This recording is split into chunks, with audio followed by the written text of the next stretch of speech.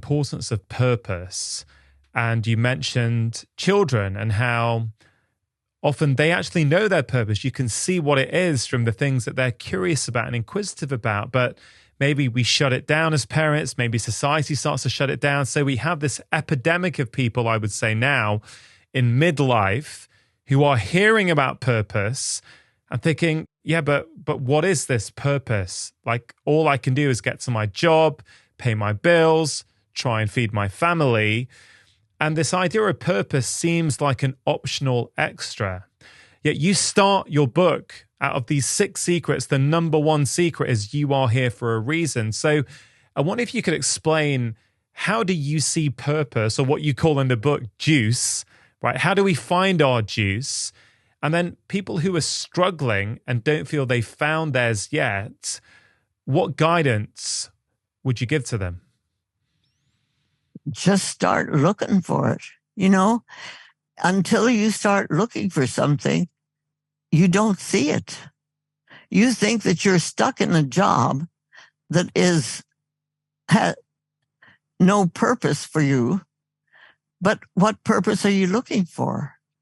What is it that makes you want to really take a deep breath and say, oh, yes, it's a new day? What is it that you really know is part of who you are? And you may not have even thought about that, because you thought you had to make the money to do the things to buy the house. You thought you had to manifest these things, and you've done it, and you've worked at it, but why? Who is it? What is it? Where is it that you are looking for something that makes you sing, that makes you want to dance, that makes you, maybe it's in your dreams. Maybe it's a neighbor down the street who is really having a hard time and you haven't noticed. Maybe it's the sales girl at the dress shop who gets snippy or something with you, and you don't realize that she's just about at her edge. It's looking for ways in which you can actually do something that helps you, yourself, and others, because for life to be real, it has to move. If it gets stuck, then it dies. Life cannot move unless we, as our inner core, are directing it to move, and where it moves and how it moves and so on. In the introduction, you write about the shift in perspective, and you write about something called moving towards life, which I really like. It's the central philosophy, right, I think, behind the entire book, move towards life. So if I think about that through the lens of purpose, and let's say that parent, maybe in midlife now, who feels a bit stuck, who feels that, I don't really enjoy my job, but it pays for a roof over my head and it helps me feed my family. Now, it's interesting that you say the central thing we need to get right is get our perspective right? And not that it's for me to agree or disagree, right? You've got much more experience than I do, but for what it's worth, I completely agree. I think we get to choose our perspective, and the way we decide to choose that perspective determines a huge amount in terms of how we experience life, but also our health and our happiness. Now, let's take that parent for a minute, this mythical parent, this hypothetical parent.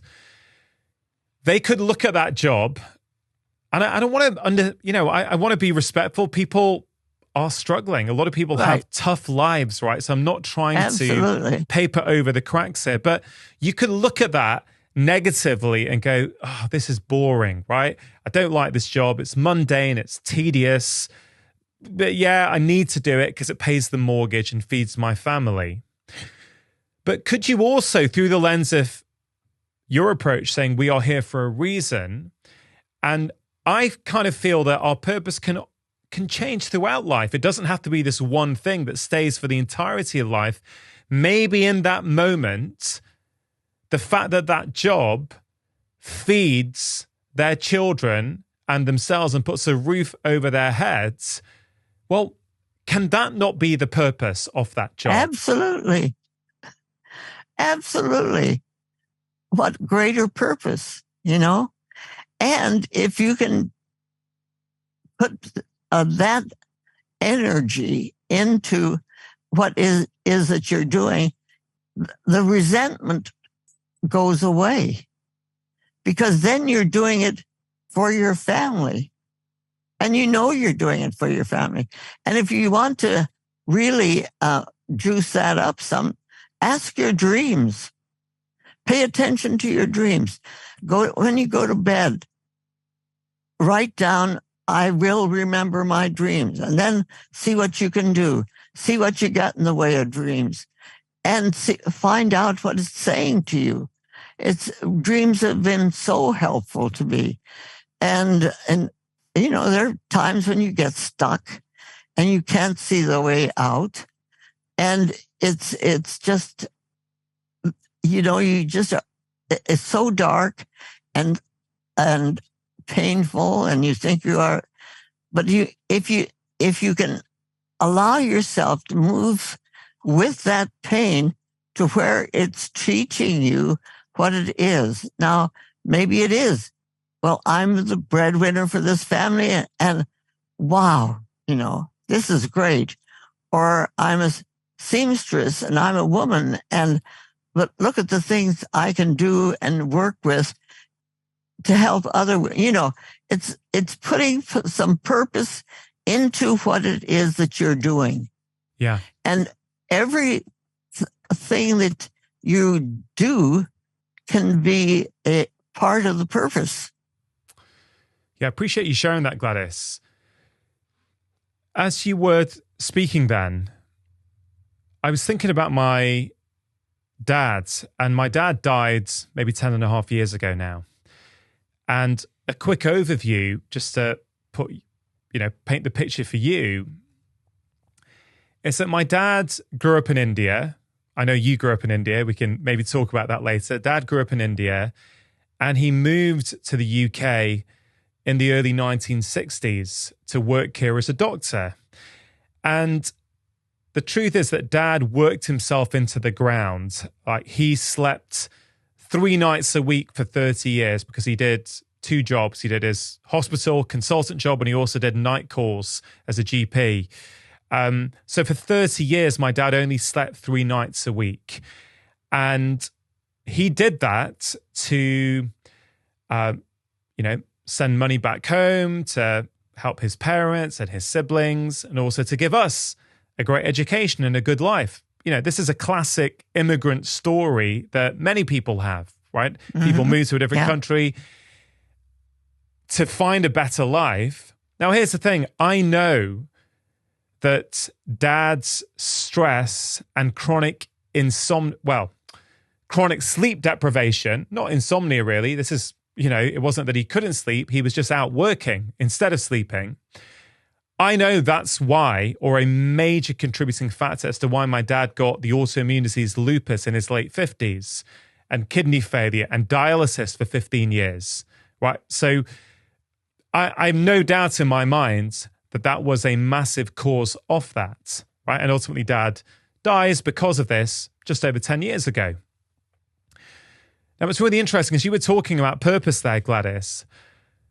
I was thinking, because I now reflect on my dad's life and think, I don't think my dad was actually happy. I think he resented much of what he felt he had to do. But I don't know that. And maybe, and I often think if my dad was alive, one question I'd love to ask him, I'd love to say to Dad, was it worth it? Was it worth it? Maybe to my dad, and of course I can't speak for him, but maybe he will say, hey, son, you know what?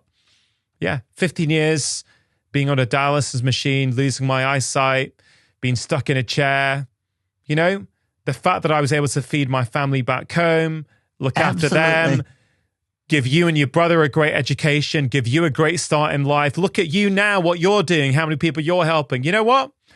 I'll take that. Now, that is honestly one question I wish I could ask Dad, because I don't know. It's easy to say, oh, the work killed Dad.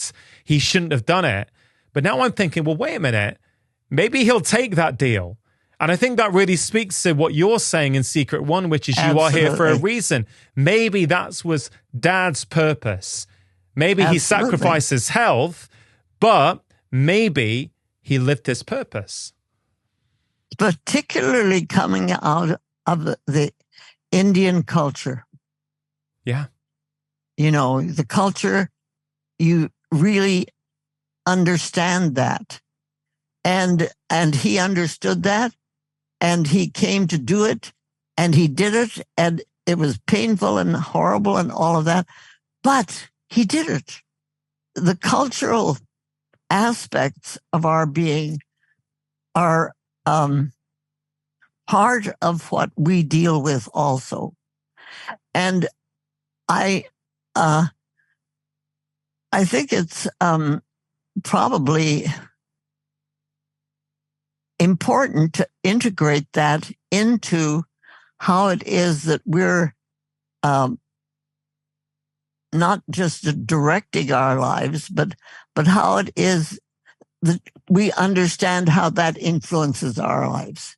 You know, these cultural processes, these have been building for eons, and they have all kinds of thoughts and music and art and all of that. That's all piled into that.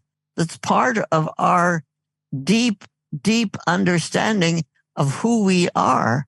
And see, I have this idea that when God created us, God says, okay, you human beings are the only things that have will, and you can think for yourselves, and you know, and choice, will and choice. Nothing else on the earth can do that, but you can. So I give you dominion over the earth. And we human beings, in our arrogance, thought he said dominance. And that's not what he said. We dominate everything on the earth. And in the meantime, damage ourselves, because our body is our earth, our personal earth is here. And if we think that we can go around just doing funky, hunky-dory things to the earth and not suffer ourselves, it's like cutting your fingernails too short and think that that's not going to hurt. I mean, it's the things that we do which have been part of our cultural process for eons. Yeah. And I truly think that what we're doing now, when I say reaching for the light, I think we're reaching for our true humanity, like E.T. when he was reaching to go home. I think there's that inner longing to become our true humanity. And I think it's within each one of us. We just have to see sometime when we're stuck, and we can say to ourselves, well, what is it that I really am reaching for? You know, what is it that I really, what makes me sing? What makes it, you know, it's that kind of a question that we ask ourselves, not what the teacher told me to do or what the doctor told me to do. Gladys, do you see yourself as old? Well, I I know I'm 102, okay, and a half, all right. Well, parts of me are old, but there are parts that are getting. I have new selves every day that are, part of my process, that I'm still here. But it's like when you're growing up, you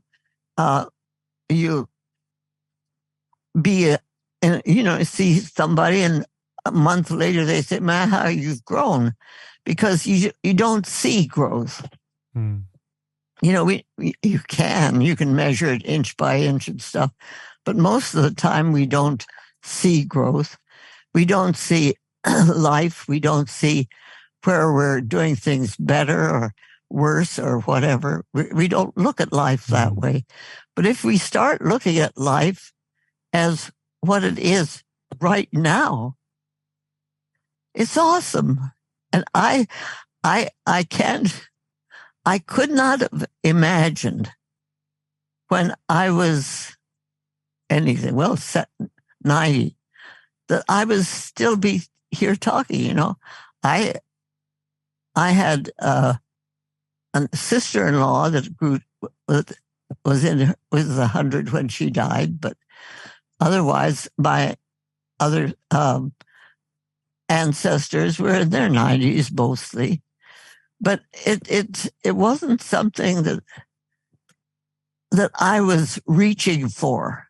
Yeah. Are you afraid of death? No. I think it's kind of like going into a dream. You go through that other door and your consciousness goes on. And it's different. You mentioned earlier on in this conversation that you have a 10-year plan. And what's interesting to me when I hear that is the common narrative in society around aging is pretty negative. You're going to lose your memory. You're going to lose your focus. You're going to lose your physical abilities. People generally, as they get older, to my knowledge, I don't hear many people talking about 10-year plans. So it's very inspiring to hear you at the age of 102 talk about your 10-year plan. I'll definitely ask you to share it a bit later on. But what's interesting to me, the plan is interesting for sure. I'd love to hear about it. But what's more interesting to me is the fact that you have a plan, that you are still curious, you're still looking forward, there are still things you want to do. I guess, speaking to Secret One, you still have your purpose. Yeah. Well, I do. And it's a matter of being aware that I'm alive right now, doing what I need to do right now, because there's more to be done. It's that kind of a thought, not whether it's 6 years or 5 years or, you put a number on it to give yourself a direction. But the reality is that I need to do this that I'm doing right now so that I can do the next thing that I'm going to do later on today and the next thing. Life has to move. As soon as it gets stuck, it's reaching towards death. So it's that constant movement of moving forward. The 10-year can move forward. You may not make it, but it's a moving target. Yeah. And it's real. So sorry to interrupt. If you're enjoying this video and you want to learn more, then do check out my free special guide, which contains the 6 crucial steps you need to take in your life to not only build healthy habits, but also to make them stick. If you want to get hold of this free guide, all you have to do is click on the link in the description box below. Yeah, I love that. As you were speaking then, I was also thinking, well, in some ways, it doesn't, again, this is just my perspective, but to me, it seems that in some ways, it doesn't actually matter whether the 10-year plan gets realized or not, whether it's your 10-year plan or my 10-year plan. The point is, you have a plan that's keeping you going, right? Whether you get there or not, it kind of doesn't matter. And then I was thinking of, well, how does retirement fit in here? My understanding is that you still work. Of course, you've just released this book. So at the very least, you are a working author writing your book and now promoting it. But what do you think of retirement? Is retirement something you ever did? And do you see it as I do, that often when people retire, they can start to go downhill very, very quickly? I always said I wasn't going to retire from medicine until I had something to retire to. So it was when I had the opportunity to go to Afghanistan and work with their birthing process that my brother had been working with. A long story. Anyway, I had to have something else to retire to. And that's so, it's not, it's not a fixed something, if I'm going to reach for something, I'm going to reach for it, and maybe I'll make it. The try is accorded to him or her for righteousness. If we're trying to do something, we're righteous people. We're doing the right thing. So whether we make it or not, is whatever happens, I have so many things that I have tried to do. My kids have called them, they're my almosts. I almost made it here on this. We almost got that huge thing that we were doing. Almost. I've had so many almost, but they are things that have led me along the path to be where I am. And how in the world could I have imagined doing this? I mean, it's beyond possibility. And yet, here we are. Here we are, thousands of miles away, never met in person, having a really meaningful and wonderful conversation about the essence of life and health. I mean, if I think to the fact that you're 102 and the fact that the internet probably didn't exist until what? You're in your 80s? I don't know when. I don't know when it caught up. I had nothing in the way of when 1920. My parents had to let my family in Cincinnati know, and it was a cablegram that went across the ocean, and it said, "Girl, well."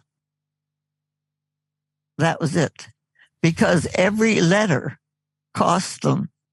Wow. So, it was, to be able to do this is just, it's mind-blowing. Yeah. It really is. In the school I grew up with in the Himalayas, we had no maybe they had a telephone, but I don't know who they would have called, It was, but nobody had phone calls. In fact, there's a lovely story. My oldest brother had met a nurse who was in nurses training, language school, but they were, he was in our house, which was 7,500 feet up in the Landauer, and the school was 1,000 feet down and a mile. And there was no way of them communicating. There was no way to get to know how, and they're beginning to do this nice relationship. But what my brother did was we had hunting dogs. My dad had trained hunting dogs because in the jungle you needed them and all. And Laddie was just a wonderful dog. So John would write a note and put it in Laddie's collar and say, Laddie, go to Ada.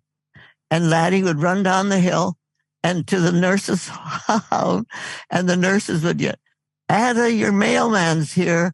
And she would go and get her note and answer it and say, Laddie, take to John. And he'd run up the hill. I mean, to have that for the process that was going on, to go from that to what we're doing today, how, it just takes my breath away. Yeah. I wanted to ask you about this idea of living in the moment. Right? You write about this in the book. This idea of being present, being able to really experience life right here, right now. As you said, the only thing that matters at this moment in time, from me, and as you said, from you, is our interaction. It's, can we be present in life right now? Because that's health, that's happiness, that's everything, right? Being present. Yet many of us struggle with presence. And of course, many of us believe that technology now is making it easier than ever before to be distracted. Of course, you've lived much of your life without this modern technology, so I'd love to know your perspective on that. But I'd also love to understand from you, are there any practices you would recommend to people who struggle to be present, who are constantly thinking about something else other than where they currently are? What have you found to be helpful with patients who struggle with this in the past? If you're stuck, accepting the fact that you're stuck and look for something else. In other words, if life seems so dark or painful, or it's like the time, and I'll use stories again because Sure. For me, they tell, when my husband asked for a divorce after 46 years, and I was devastated. I was I couldn't imagine this. And so I'm really, really in a dark hole. I'd go out into the desert and just howl like the coyotes. I mean, it was just terrible. I was still working, but seeing patients. So this one day I'm driving home and I'm crying. I'm really crying. And I'm saying, God, you just don't understand. You don't understand how hard it is. And all of this. And all of a sudden I pulled over to the side of the road and I stopped. And the quote came to me, "This is a day the Lord has made. Let us rejoice and be glad in it." And I took a deep breath and I said, okay. And I put my license plate, "Be glad." So from that day on, every time I got into my car and drove around the city of Phoenix, I was saying, "Be glad." In other words, there were, when you're in a situation where you really think life has ended, it hasn't. You have to stop and give it time to, for the message to come to you, because it's there. And that really turned things around for me so that I was able to go on. Because actually, I had to give up everything, the whole holistic movement, was, it shattered so much that it was just devastating. But we reclaimed it. And we went back, and my daughter and I started our practice, the Scottsdale Holistic Medical Group. And she's still a concierge physician and doing functional medicine. And, it's it's something that I think we as human beings go through these really difficult times.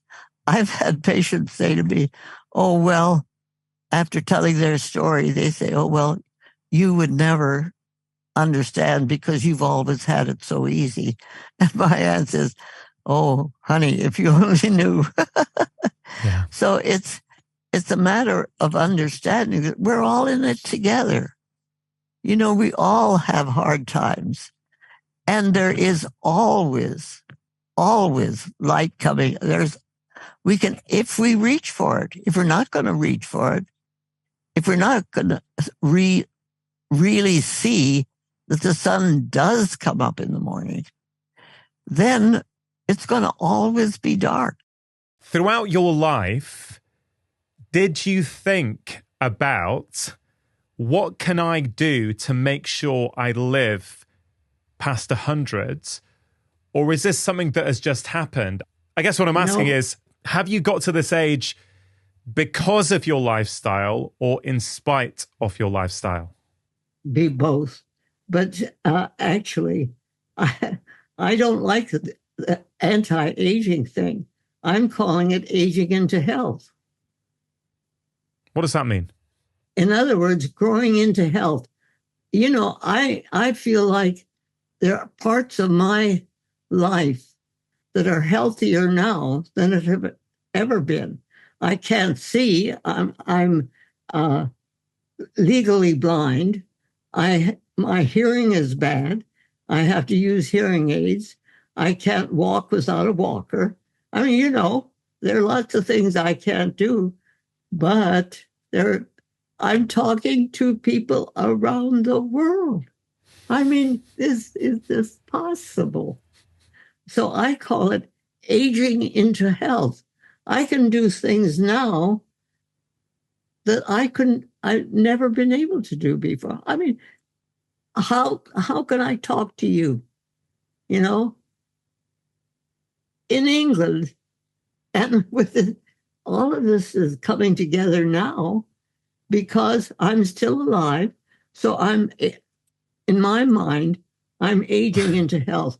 Now, the health that I'm aging into is something that I couldn't have done when I was 95. Yeah. So let's look at this. Yeah. As you were saying that, I thought when you were my age, in your mid-40s, I wasn't even alive. It's just fascinating to think about. I wasn't even alive when you were my age right now. And it's a really interesting concept, that aging into health. I don't know what your perspective is on this, Gladys, or how this may have changed over the years, but I would say the pulse of society these days, certainly in the UK, is that aging is often seen as a negative thing. Oh, I'm getting older. Oh, yeah. My skin isn't as good as it was. My hair's getting a bit white. Whatever it might be, there's a negative connotation to the idea of aging. But you saying, with a smile on your face, aging into health, that's quite a positive outlook on aging, isn't it? Oh, absolutely. I acknowledge the disabilities that my body is working with, because I, as Gladys McGarey, am working with them because I've got assistance. I mean, if I hadn't had the people who could, fit me with the things that fit me so that I can do the things that I can do, I'd be immobile or whatever, I don't know. But it's finding the things that you can do, because you're going to do them no matter what, one way or another. And it's because in your gut, in the inner part of you, you know that you've still got work to do. And if you've still got work to do, then you find a way that you can cooperate and line up with other people. I couldn't even begin to do what I'm doing here if I didn't have my son John here with me. Yeah. You know, he can do the things that I can't do because I'm 103 and be 104, and he's just 75, and you know, he's a young spurt. So yeah. I mean, that's one of the beautiful things when I reflect on your life. You know, I went for a walk at lunchtime, Gladys, and I'll share with you what went through my mind. You know, I take the attitude of curiosity to pretty much everything I do. I'm always looking to learn from every experience, positive or negative. One of the reasons I resonate so much with your book is because I share a lot of those philosophies myself, and I didn't have some of them maybe 10 or 15 years ago. So I think now in my mid-40s, I look back on me in my mid-30s and go, well, you didn't really know that much then, did you, Rongan? Come on, you're so much wiser than you were just 10 years ago. Now, that's how I feel today. But I'm thinking, if you take the attitude of curiosity towards your life, as long as you are alive, does that keep happening? Am I going to think at 55, oh man, in your 40s, Ron, you didn't know much, did you? You know so much more now. And will that keep going? Do you get what I'm getting at? Yes, I do, because it all depends on what you want. I found my voice when I was, 93? Something like that. Because, you know, when I was a kid, I was a dumbbell. My psyche was traumatized with that idea that I was stupid, okay? Well, I had lived all of those years. I'd written books. I'd done lectures. I'd raised my kids. I had all these things, but all the time I looked for somebody else to help me understand that what I had written or what I had said was okay. In other words, I'd write an article that was going to be published, and I'd ask my secretary to check it through and make sure that it was, or somebody. In other words, I was always second guessing what I had written. And then I had a dream when I was 93. And in this dream, I woke up laughing and singing. And when I stepped into the dream, which I was sort of in and out of, I saw myself as 9-year-old Gladys in the jungles of North India, she just peeking through the tent flap, making sure my brother wasn't out there because he would tattle on me and I'd be in trouble. Because in our family on the Sabbath day, we didn't sing anything but hymns and bhajans. Bhajans were Indian hymns. We weren't allowed to sing anything but those. And I thought it was a stupid rule, and I was going to break it, and I knew I was going to break it. And if Gordon, my younger brother, was there, he'd tattle on me and I'd be in trouble. He wasn't anywhere around, so as fast as I could, I ran to the mango tree and climbed clear up to the top. Hey guys, I really hope you're finding this useful. If you are and you want more content like it, please do check out my book, Make Change That Lasts, 9 Simple Ways to Break Free from the Habits That Are Holding You Back. It's in all the usual places as a paperback, ebook, and as an audiobook, which I'm narrating. Now, back to the video. And I'm sitting at the top of a mango tree, and I'm singing. I'm singing everything I could think of, the Caterpillar song and other song, and I'm just having a great time. But every so often I look over my right shoulder, and Jesus is up in the tree with me. And I look over my right shoulder and I say to him, Jesus loves the little children, right? And he's laughing and he says, yes. So I go back to my singing and I'm still going on. And then I get to second guessing myself again and I say, did he really say it was okay? So I look back over my shoulder and I say, I'm still a little child, right? He says, yes. And so I go back to my singing. And I say, Jesus loves the little children, right? And he says, yes. So then I go back to my singing. And that's when I question it again. But at that point, I woke up and I was singing and laughing at the same time and said to myself, for pity's sakes, if Jesus can accept you, why can't you accept yourself? And so after that, I stopped the business of having to have somebody else check what everything I was doing. So, you're never too old to learn. Yeah. It's if you give yourself a chance to keep growing. And when I was in my 40s, let's see, what was I doing? I was in full practice helping women birth babies, created the baby buggy program and all of that, raising my 6 children, and just having a life that was so busy that I just had to do the next thing that came up.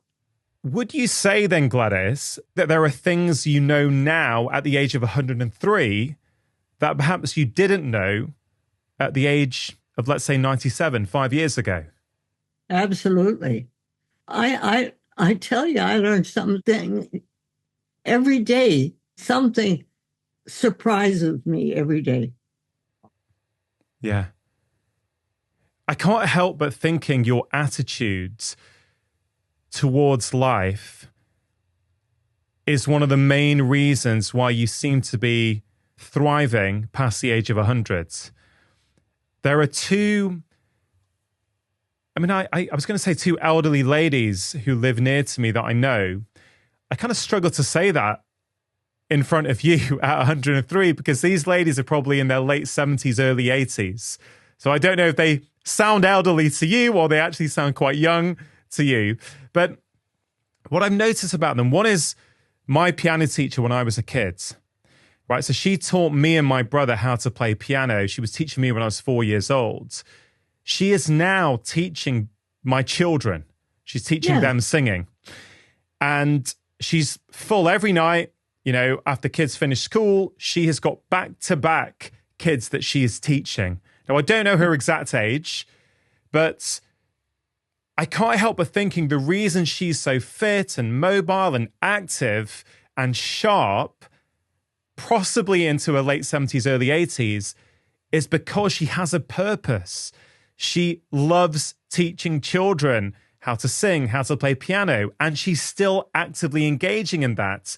One of these other ladies that I know, she hosts a performing speaking festival for children. And last year when my kids were there, I remember on the Saturday nights when, the kids who'd won various events were actually all performing, I was chatting to her, and I think she's 84. And she said, I've been thinking about the order tonight's show all day. I've been trying to think what will be the right balance for everything to give everyone a really special evening. And then I think about the longevity movement, or I should call it the anti-aging movement that I've already mentioned. And I've spoken to many of these experts on this podcast before, but I can't help thinking we're missing something massive. We're reducing it down to biochemical markers, blood sugar, lipids, all kinds of things in blood tests, which I'm not saying are not important. But what's the point of perfect blood results if you have no reason to get up and live every day. You know, it's got to be the most important thing. I'm sure of it. I have a really good friend. I've known her for years and years. She's in her 90s. And the other day she said to me, "Oh, I get up in the morning and I think, not another day." And I almost cried because I get up in the morning and I think, wow, another day, you know, because it's, to me, it's my choice as to whether I'm going to live this day or just drag myself through it. And I don't want to just drag myself through. I've done enough of that. So it's a matter of choosing what it is that you want to do. And you know, the choice can be the littlest thing. Let me tell you another story, okay? I had this wonderful friend. He was a family friend for years, and he ate dinner with us a lot of the time, and so a bachelor, just a great guy. And we all the kids loved him, we loved him. And so then he moved into dementia, and he wasn't understanding anything. And so we found a lovely home where we could have him taken care of and all of that. And we did what we could. And one day, one week, I took a little plant over to him. And it was in a little pot, a little green plant. And when I came in, I said, "Now, James, here's a gift for you. This plant is going to love you. And as you love it and let it have water and take care of it, it's going to love you." And I don't know what I said, but I talked like that to him. And he's just not paying any attention. He didn't as far as I was concerned, it looked like he wasn't understanding anything. But I went on through my little spiel, and I put the little plant in the window and gave it some water, and then I left. And a week later, I came back, and he met me at the door. And he says, "Magic, magic." And I said, "Whoa, what?" And he says, "Look, box." And he goes over to the air conditioning box on the wall. And he says, "Push this button, everything cool. Plant loves cool. Push this button, everything hot. Plant doesn't like hot." And I thought, here we are. I didn't think he would be able to really understand anything that I had said to him. And maybe he didn't understand anything I said to him, but that plant got through to him. And when he took care of that plant, he understood something about what his life was still doing. And to me, that was just like, wow, James, I think this is just wonderful. Wow. What does the word happiness mean to you, Gladys? Everything. Joy, happiness. It's a choice. You know, my name is Gladys. And when I was in college, my sorority sisters called me Happy Bottom, Gladys. Anyway, I shouldn't have said this on the air, but erase that thing. Oh, it's fine. There's that cheekiness throughout everything you say. I absolutely love it. Well, the point is that, you know, you take what you have and you use it in the way that serves you best and serves the people that you are working with best. And I love the whole process of working with the little people. Hmm. I mean, they need us as older people, and we need them. The sweetest thing happened. My great-granddaughter was here visiting me from California, and I was sitting in my chair, and I didn't quite understand what was happening because I felt something weird on my neck.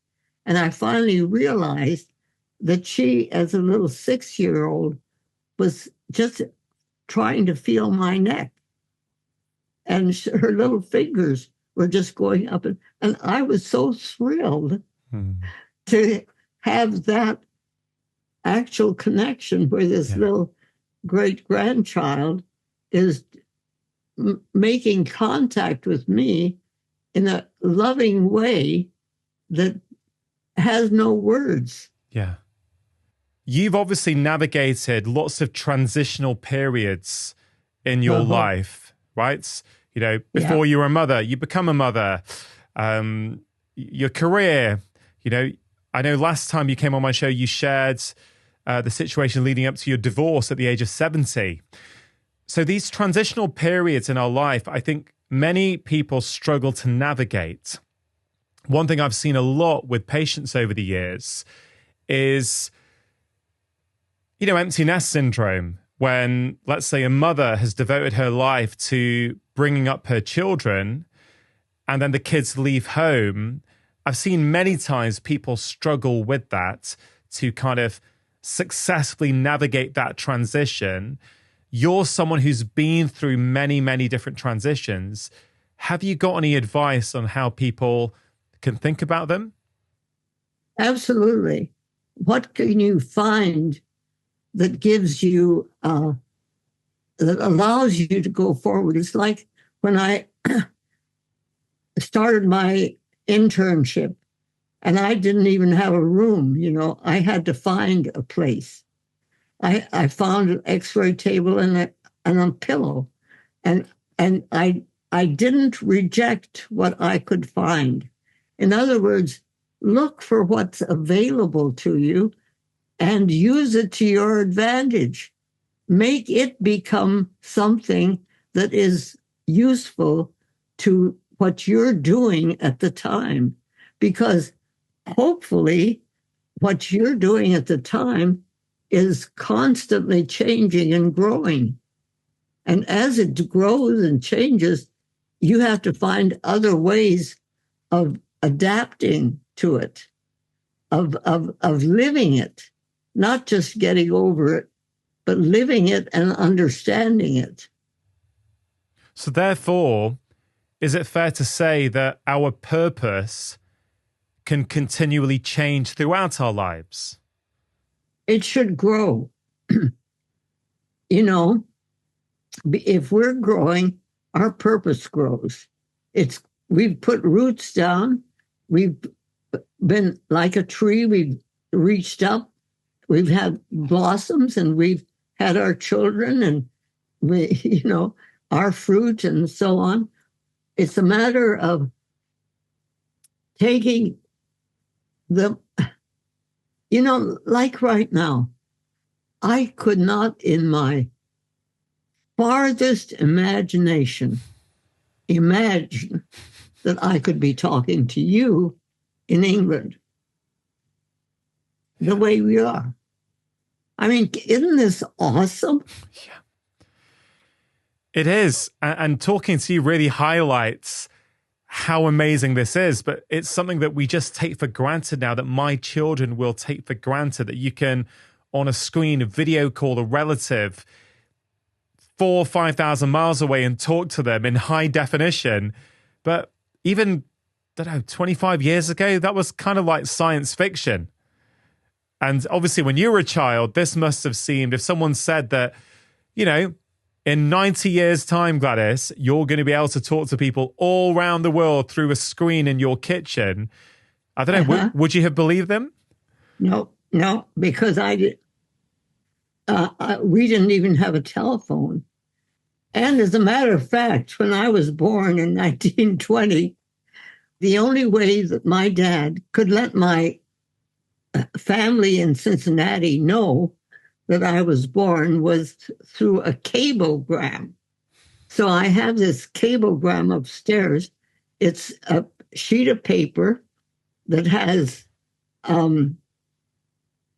girl, well, Taylor.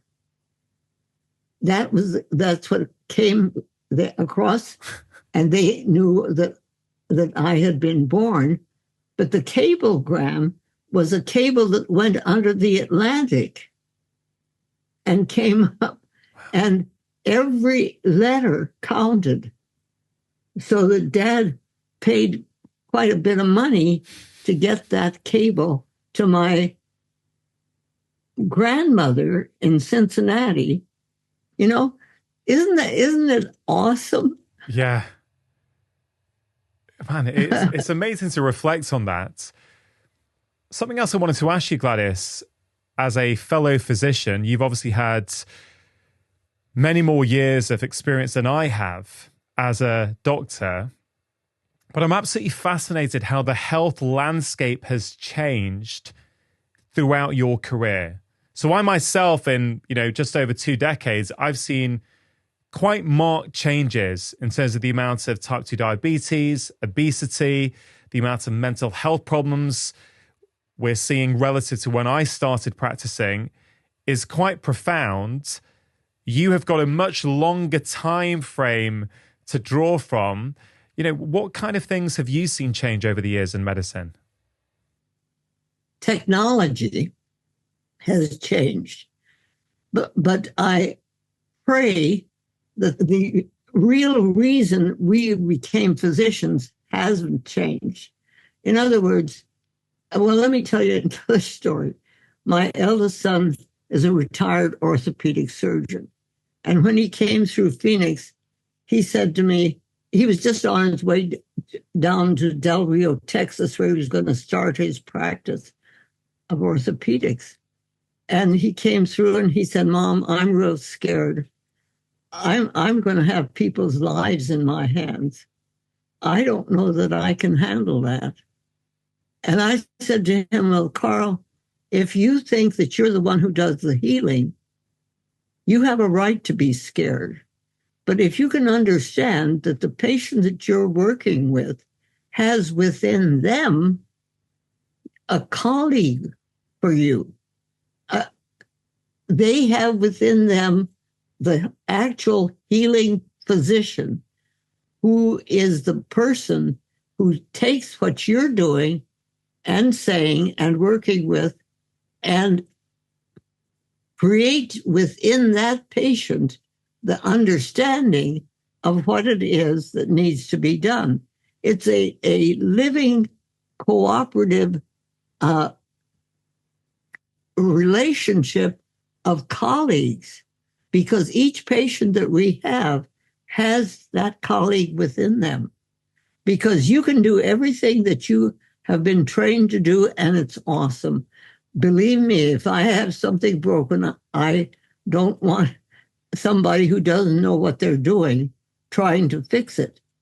But to have somebody who, a trained orthopedic surgeon, there to do the fixing and then let the actual healing within me do the healing.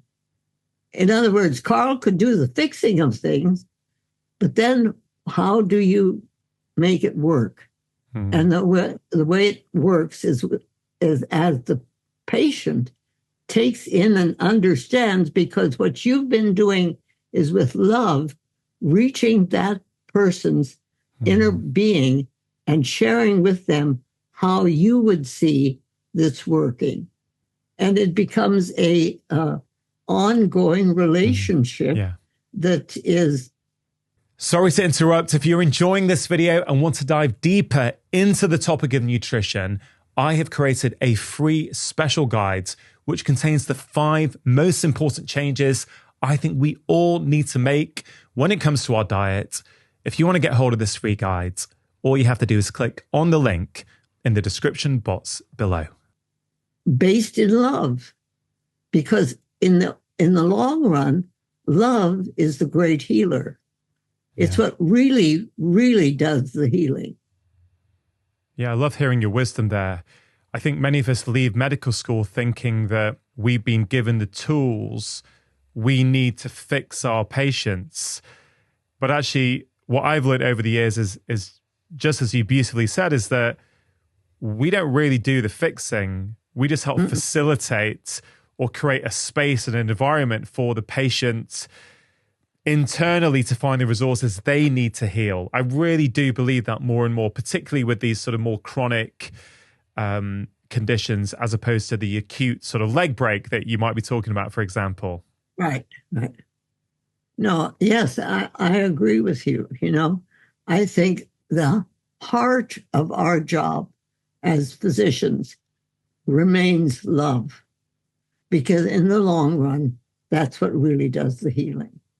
I've had patients that I've sent to a specialist, for one reason or another, and the patient has come back and said, they didn't even listen to me. And when I hear that from a patient about one of my colleagues, it makes me very sad, because if we don't listen to what the patient is telling us, how in the world are we going to know what they really are doing and what's really happening within them? My favorite one of your 6 secrets is number 5. Everything is your teacher. I'm biased towards that one because I would say over the last 5-10 years, that's kind of been a big shift within myself, how I look at everything in life now as a learning opportunity, good or bad. Yeah. So I love it because it makes us less of a victim to life and puts us in the driver's seat of life, right? Yeah. So when we see things as our teacher, there's a learning opportunity in every single situation. So I want to talk about that secret, what you mean by it exactly. But to start off, you just shared a very powerful story of your husband of 46 years asking you for a divorce, which was devastating to you at the time. So through the lens of everything in life is your teacher, what did that moment teach you? Yeah. Yesterday was the 4th of July. It was Independence Day here in Phoenix, in the United States. And 30 years ago, on Independence Day, I moved into this house. And it was after the divorce, after, we had started our own practice and so on. But it was I think it's kind of interesting that today is the day after Independence Day for me for 30 years. But the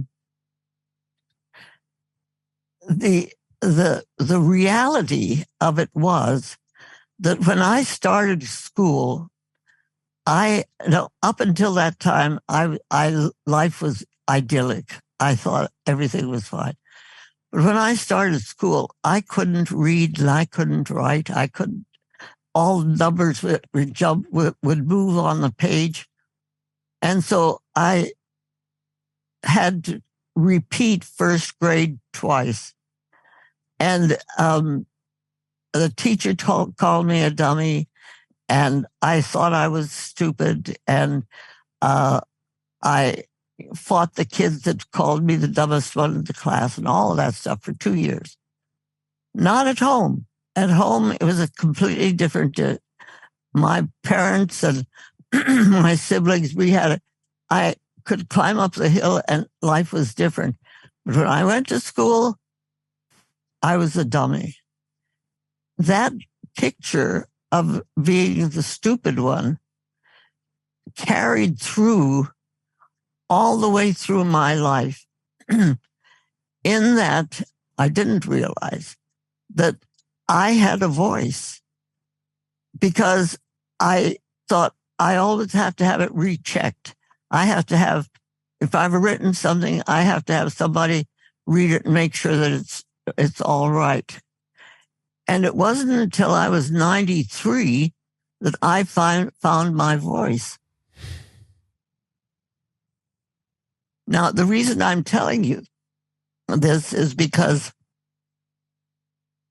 sometimes we have childhood pain or even cultural pain or something that is so deep within us that we don't recognize it for what it is. Bill Musk asking me for the divorce gave me my independence. He literally booted me out, and I had to find out how I could go on and how I would be able to continue to do the work. And so it called to the deepest part of myself. And it wasn't until I was 93 that I really realized my voice was important. That I had been using I'd written these books and I'd done all these things, but I was always downplaying them by saying, yeah, yes, but somebody else, it was, and I realized that in downplaying them, I was in essence denying my own voice to myself.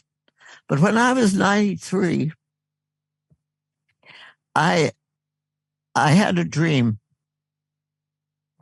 And in the dream, I saw myself as 9-year-old Gladys in the jungles of North India. And we were in tents, and I was looking out of the tent to make sure my younger brother wasn't there, because he was going to tattle on me because I was going to do something I wasn't supposed to do, and I knew it. And this thing that we're not supposed to do in our family was we were allowed to sing hymns and bhajans on a Sunday morning, but not the other stuff that I wanted to sing. And I, as a wise 7-year-old who thought she knew something, thought that was stupid, and I didn't want to do it, and I wasn't going to do it. So Gordon could report me to he wasn't there. I climbed as fast as I could to the top of the mango tree, and I'm sitting up there and I'm singing Caterpillar song and anything else that I wanted to sing. And it was going on and on. And every so often I look over my shoulder and I see Jesus up in the tree. And Jesus is cracking up. I mean, he's laughing really, really hard. And I say to Jesus, Jesus loves the little children, right? And he says, yes. And I go back to my singing. But then I begin to doubt, did he really say that? So I look back at him and I say, I'm still a little children, right? And he says, yes. And I go back to singing and laughing. And that's when I woke up and realized that I had been denying my voice all this time, when even Jesus accepted the fact that it was okay. So from that point on, I really stopped this foolishness of saying, well, somebody else or this, I got that from here or there. So the whole concept of independence came from that tragic thing that I thought had ended by all that I had done. Yeah, Gladys, I really appreciate you sharing that. I think it's such a powerful story. It's very inspiring as well, actually, the fact that it was only when you were 93 when you feel now that you found your voice. Because I think many of us feel that we've still not found our voice. We're scared about what other people will think of us. Right. We're scared of actually following our true path because it's kind of not what our parents want or society wants. And me hearing you say, after all the incredible things you've achieved in your career and done, me hearing you say that you only really got your voice at the age of 93, I think it gives me, and I hope everyone listening, a lot of hope. Yeah. Yeah. Because why not? Because 93 is still a good age. you know, and absolutely, you've got self-doubts, and that doesn't mean that self-doubt doesn't creep in here now occasionally, but I know that it's, that I can still understand the thing that I'm really, really saying. Yeah. One of your other secrets that I really liked was secret 4, which is you are never truly alone.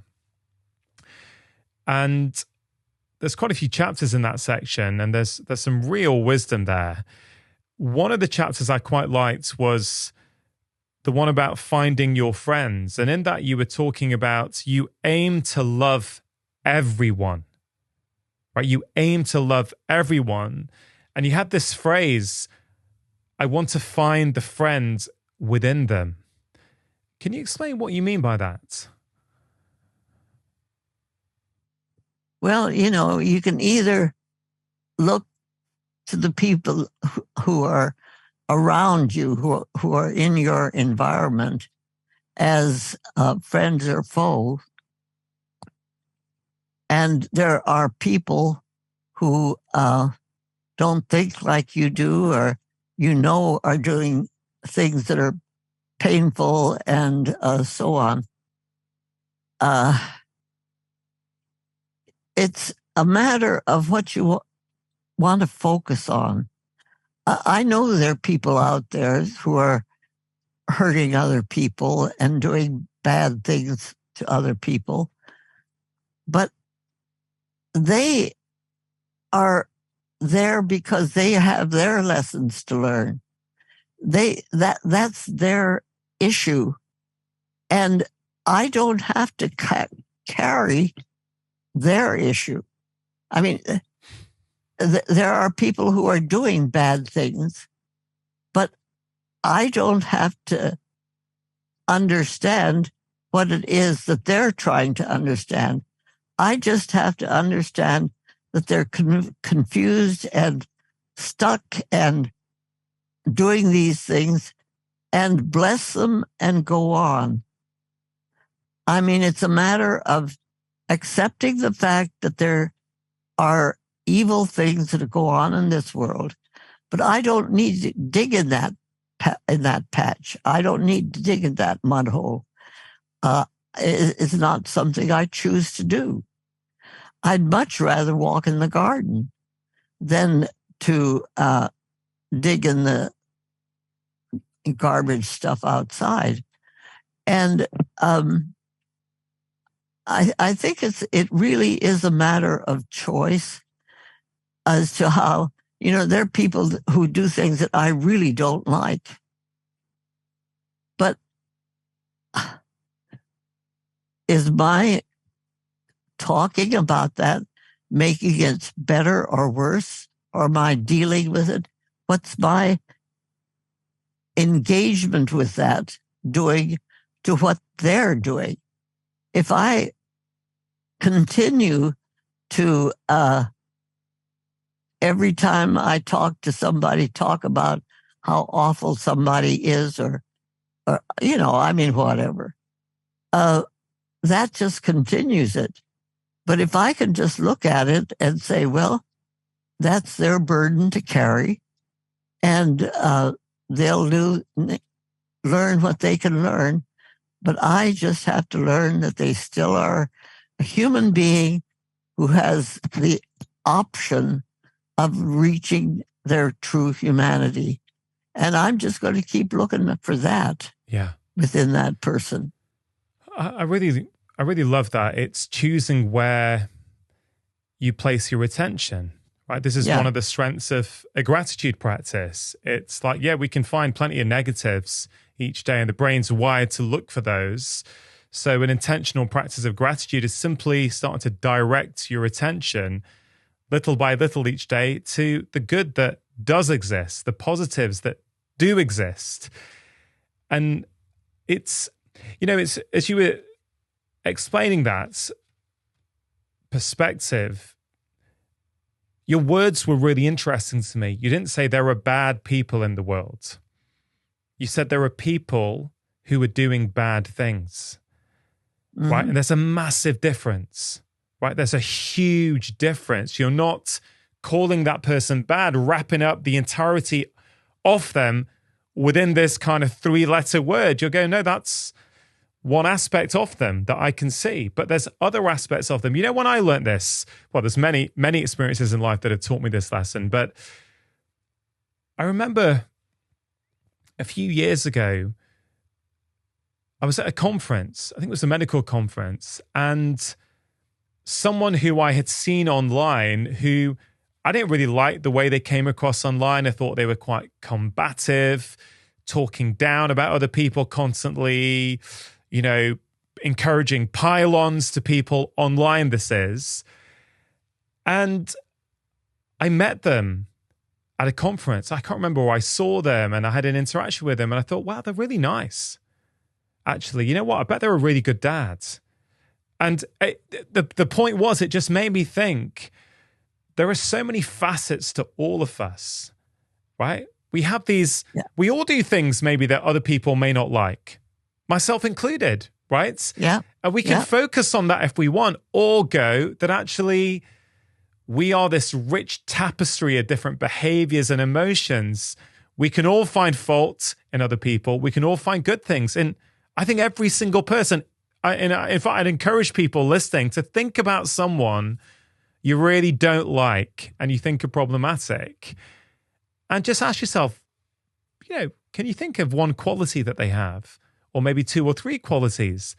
And, you know, most of the time you can find those qualities, they do exist. So my question to you then, Gladys, is why should someone do that? Right? Why shouldn't they say, oh, they're bad, I don't want to interact with them?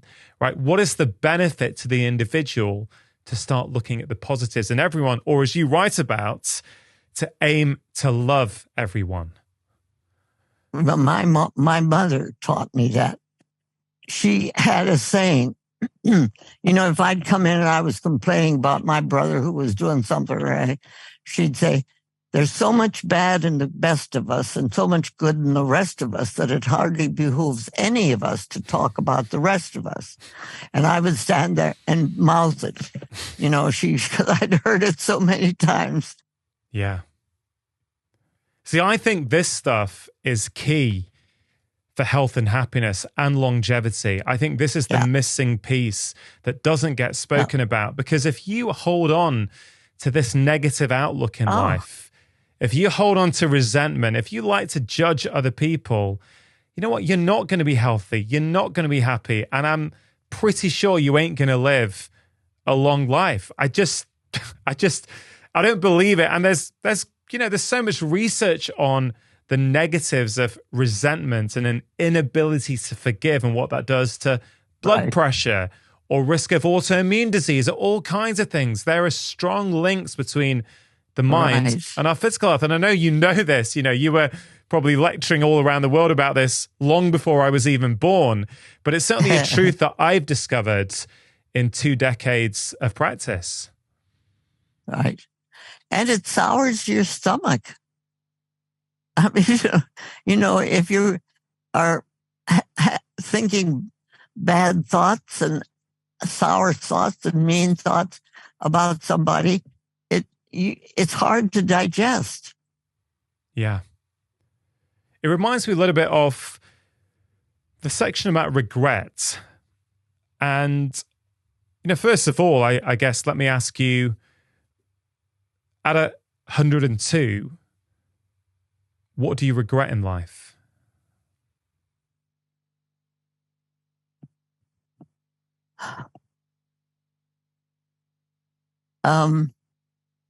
I really believe that everything that happened to me was there for a reason. And I really, the whole business of having that divorce and the way I feel about that, I don't I don't regret 1 minute the time that I spent with Bill McGarey. But then I figure he took a vacation. So I don't have, it took me a long time to get to that. But I finally realized that if I hung on to the pain that I was still having from what was our relationship, it didn't serve me. It just made me feel bad. But if I could look at what we had together, we climbed the pyramid together. We did, all kinds of things. We had these 6 amazing kids together. And all of a sudden, I have this amazing memory lane that I could go down. And I figure, well, Bill, you took a vacation, but I'm on this memory lane place where I'm going to learn what I had to learn from it and go on with it. Throughout this conversation, Gladys, I think you've used the word choose a lot. And I think it's really telling because going back to that central philosophy in your book and your approach, it's about that shift in perspective.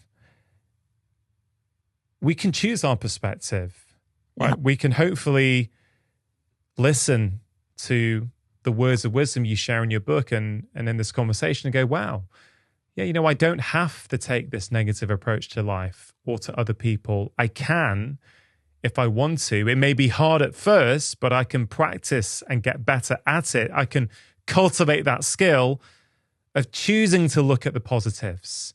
So I think that word choice is really, really important. Is that something you've had to talk to your patients about over the years? Oh, all the time. All the time. Yeah. Because I have one friend and patient who I took care of for 50 years, and she just died last month. But she lived with 1/4 of one kidney. Mm-hmm. I have no idea how she did that. None of my colleagues, she would have problems. None of us could understand how she was able to live with 1/4 of one kidney.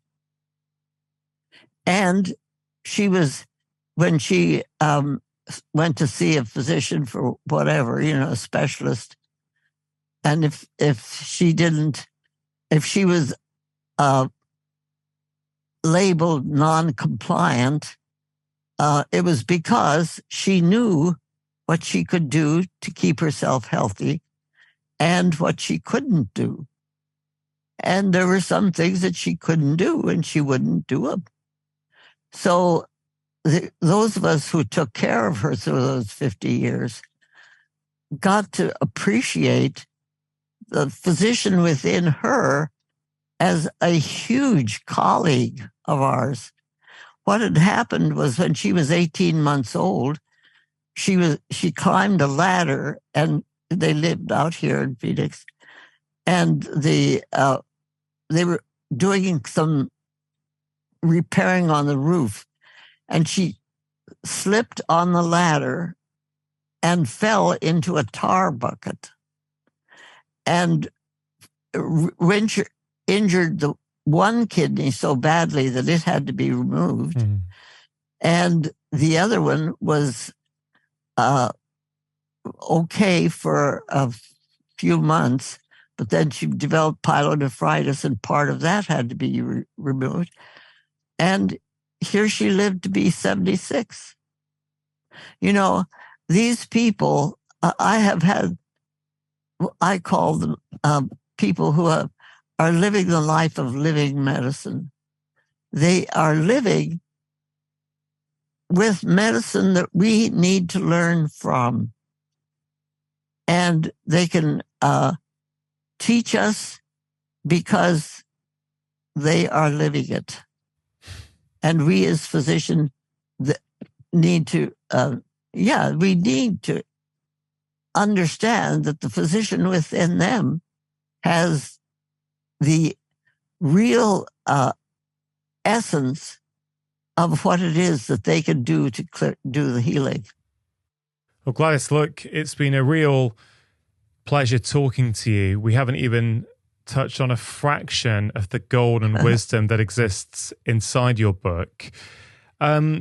Just to finish off this conversation, Gladys, we're living in a time now where many people are really struggling. They're struggling with their mental well-being. They're worried about the future of the planet. They're worried about what they watch on the news. They're struggling with their physical health. So you have over 8 decades worth of clinical experience, right? Putting it all together, maybe covering some of the things we've already spoken about. But for that person right now who feels stuck in their life and can't see a way out, what advice would you give them? Start loving your life. Start loving yourself. Start understanding that the very essence of love is what is healing. It heals everything. A mother kissing her child's boo-boo starts the healing process. But the whole aspect of healing, true healing of our beings is love. And God is love. You know, it's that very essence that love itself is the true healer. So if we can focus on what it is in our lives that we love and what it is that we want to continue to share with other people, because we want other people to love too. What is the difference between people who live with regret and people like yourself who don't? Well, you know, I think I have a choice. I could spend my time trying to fix something from the past, or I could get on with what life is doing. Let me tell you a joke. I mean, this actually happened. I'd had my 99th birthday party, and I was at the grocery store. And I got my groceries, and I was taking them out to my car. And elderly gentleman came by, and he greeted me, and he said, oh, may I help you? And I said, no, you don't need to. I can do this. And he stood up straight, and he said, well, I'm 86 years old. Well, I stood up by my cart, and I said, well, I'm 99. And I marched off and got into my car and sat down and said, you nasty old lady, what a terrible thing. He was just a nice old man that was trying to do a nice thing. And you better get out of this car and go into the grocery store and apologize to him, because that was a terrible thing to do. And then I got to thinking about what it was, and I got to laughing, because I said to myself, two kindergarten kids in the, trying to outdo each other. And I got to laughing so hard I couldn't get out of the car. And I finally said, you know, what's going to really happen is he's going to go home and he's going to say to his wife, you know what happened? I tried to help an old lady, that nasty old lady. And he goes, and so I thought the two of them would have a good laugh about it at home. I was laughing about it in my car, and I didn't need to go and try and fix it. Now, so what I'm telling this is there are times when we do things that we regret, and we can spend a lot of time trying to fix them. And it may be totally unnecessary, because it may be just a process that needs to be gone through in order to live through it and not just get over it. So, so my thoughts are that if there are things, there are many things that I would rather have not had happen, but they happened, if I can live through those, not just try to get over them, but live through them, understand them, do what I need to, and then go on with my life, they're not going to hold me back. It's sort of like having a bag of heavy things on your shoulder. And if you keep looking at them all the time, you're going to get a stiff neck. You can't, you have to let that stuff be where it is and get on with your life. You don't have to, but this is what I'm trying to do. Do you think, Gladys, you've always had that ability to let go of things in the past and move on? Or was it something you developed at some point during your life? I think my mother helped me develop this. I had an amazing mother. But when I was in grade school, I had to repeat first grade twice because I couldn't read or write. I was the class dummy. I was the stupid one in the class. The teacher called me the dumb one. And the kids, so I was that. So I was, my self-image as a small child was very damaged because I thought, now not at home. At home, everything was got patched up and worked okay. Mm-hmm. But in school, it was terrible. I was very unhappy and very hurt and very broken and all of that. But when I got into third grade, the teacher there saw something in me that the first grade teacher had not seen. She realized that I couldn't read or write. She didn't know why, I guess, but that I couldn't do it, but I could talk. So she appointed me as class governor. So I got to take things that our class did to the whole student body. So it put me in a whole different category. So that in that category, I was accepted and I could do it. So that as part of that whole process, there was a play. And the play was a frog jumped over the pond. And we were to take that play to the whole student body. Well, since I was the tallest one in the class now, since I had to repeat the first grade, I was chosen to be the frog. And so the idea was that there was a pan of water, and I was able to jump over that pan of water and go on with the play. It was a whole play that we were going to do for the student body. Well, I was very confident because my mother had made me a frog suit and dyed it green and all of that. And I was sure I could do this and I could do it just fine. So I walked out with great confidence onto the stage, and the whole student body was there. And I walk onto the stage, but just as I look down at the audience, I see my two older brothers in the first line or the first row of the student body. And it just threw me off my step enough that when I jumped over the pond, I didn't jump over it, I jumped into it. So I landed in the pond, not over the pond. And the student body was hysterical. They were laughing so hard. And I was standing in the pond. My suit, my mother had used some cheap dye. So my suit was beginning to fade. And I was crying. I couldn't move. I was totally broken. I had, this was the end of everything. The world had ended. I was done. I couldn't get out of the pond. The teacher had to come and get me, take me off the stage, and go on with the whole thing. But the student body was hysterical. They were laughing so hard about what had happened. So when we got home that night, my brothers are telling the family this whole scene. I'm giving them the devil's eye, and they're not paying attention to me. But they are telling this, and finally, my mother says to them, "All right, boys, now, you've had your fun.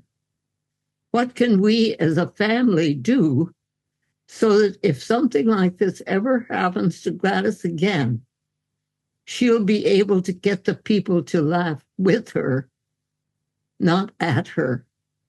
And whatever it was that we as a family did at that time really, really changed things. Because I've had so many times when I've stumbled or something has happened and I, some process getting onto the stage, but I could always find something funny to say so that the audience was in my hands before I ever started my lecture. So it was something that I was blessed with this mother who had the ability to take things that were difficult and painful and twist them just enough to get some humor out of them. Yeah. And it saved my life. It saved my career. It saved all kinds of things. So, yes. Yeah. That's a wonderful story. Thank you for sharing it. It's interesting hearing that. As a parent myself, it makes me think how important the little things that we do with our kids are every time they go through adversity. The way we interact with them, the things that we say to them can have quite a profound impact on how they view obstacles and adversity for the rest of their life. So I guess, Gladys, as a parent myself, and my children at the moment are 13 and 11, I know you have got kids, grandkids, great-grandkids. In the context of that lesson, I wonder what kind of advice you would have to a parent like me, or any parent, frankly, as to what are some of the key things that we should be thinking about doing with our own children. For my children, the son of mine, John, when he was 7, he came into the living room one day and he said, "I wish Jesus was here." And I said, "Oh, well, I do too. Why you?" And he said, "Because I have questions." And I said, "Well, try me." He says, "You don't have those answers." And I said, "Well, maybe I have something. Try me." And so he says, "All right." And he says, "How can God be if he never got started?" And I said, "Oh, all right. Well, maybe it's like a circle. It doesn't have a beginning and an end." He says, "I knew you didn't have the answers," and he goes running off. But of course, he turned into a minister. He's a retired Presbyterian minister. It's that he was giving me that information about where he wanted to go with his life. And my next son came in one day and he says, he was 4. He says, I know something. And I said, "Well, what's yours?" He says, "If I make a friend and he makes a friend and he makes a friend, it's going to go all around the world and come back to me." Of course, he's a psychologist.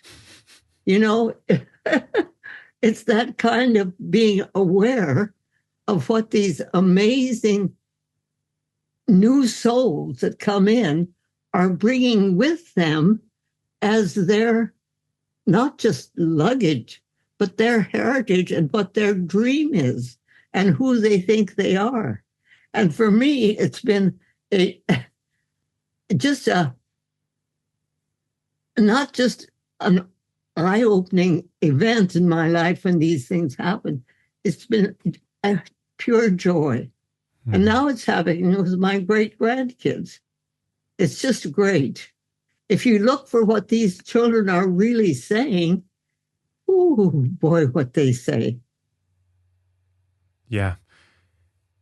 It's so profound that I hear that and I'm reflecting on so much this idea that our kids know what they're here to do, perhaps, even at that young age. And perhaps as adults, we don't allow them to nourish that part of themselves, and so it gets suppressed down. It kind of reminds me of the first secret in your book, The Well-Lived Life. You know, these 6 secrets that you talk about. The first one is, you are here for a reason. Now, that story with your 2 children absolutely speaks to that they were seemingly showing you what that reason was at a very young age through the questions they were asking you. But why did you start your book with Secret 1, you are here for a reason, and this idea that our purpose is really, really important? Because I think purpose, Gladys, is something that more and more people are talking about these days. But I think for some people, it's getting really, really confusing. So, you know, broad question to you. What is purpose, and why is it so important that we find our own? Because purpose is what feeds your soul. And our inner knowing knows why you're here. And if you try to pay attention to that, it's amazing. Now, let me tell you about my great-grandkid. This just happened. Now it's another story. May I tell another story? Please. I'm enjoying your stories. Well, they take sometimes, well, for me anyway, stories tell more than a long dissertation about, so on. Anyway, I have a 5-year-old great-grandson by the name of Ian. And his mother told us last week that Ian was standing with 2 of his friends. There was a little girl and a little boy. They're 5 years old. So the little boy and little girl and Ian, who is 5 years old. And they have in front of them a little dish. And in this dish are some nickels and dimes and pennies and so on, because this group of little children and their teacher have put this money together to send to somebody. I don't know who. I don't know that the kids knew who, but somebody had needed to have a well, and they didn't have enough money to dig for a well. So they were collecting money in this little dish and to send to the people that were going to dig a well. And when they had finished putting all their nickels and dimes in and stuff, the little girl said, "Should we pray?" And the little boy standing next to her said, "I don't think we can pray." And Ian, standing beside them, said, "Of course we can pray. God's all around us. Let us pray." So, if you give the people who are coming in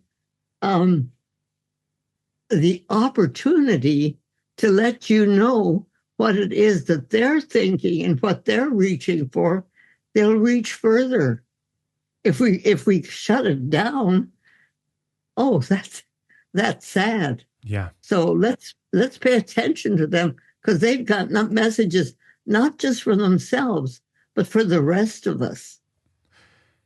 For someone who perhaps is, an adult, they are working, maybe they've even retired, and they feel that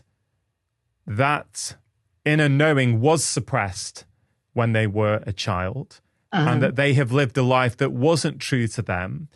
I mean, one of the key learnings I get from studying your book and your life is that it is never too late to change course. No.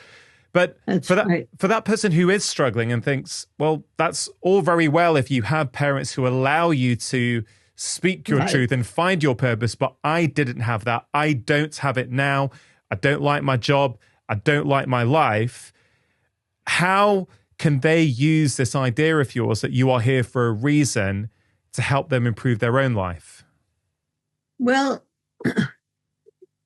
nobody can choose for you unless you allow them to choose for you what it is that you want to be and what you want to do. I mean, we as human beings have the opportunity and actually the responsibility to choose what our direction is and what we're going to pay attention to. See, I have this isn't a theology or anything, it's just kind of an idea I have in my mind. God, whatever God is to any one of us, created the universe. It was perfect. Everything was right the way it was supposed to be. It was running the way it was supposed to be and all of that. And then she created the human being and said to us, now, look at this universe. It's perfect. Everything's that's the way it's supposed to be. It's perfect. But you're the only creation which has free will and choice. And I am now creating you, and you have free will and free choice, and you're the only living entity on this whole universe that has that quality. So therefore, I give you dominion over the earth, or over the universe, actually, the whole thing. And we, in our arrogance, thought he said dominance. So we took over. If we have dominance, oh boy, we can do this. Look what we've done to Mother Earth and to the universe. And we're the only ones who have free choice. So we can either go on destroying, or we can take what's there and, by our ability with the free choice and free will, recreate and do what we can to reclaim the way the universe is, which is perfect. Mm-hmm. But it's that ability of using our own, each one of us. And so it's not just for the universe, but for ourselves. Are we going to go on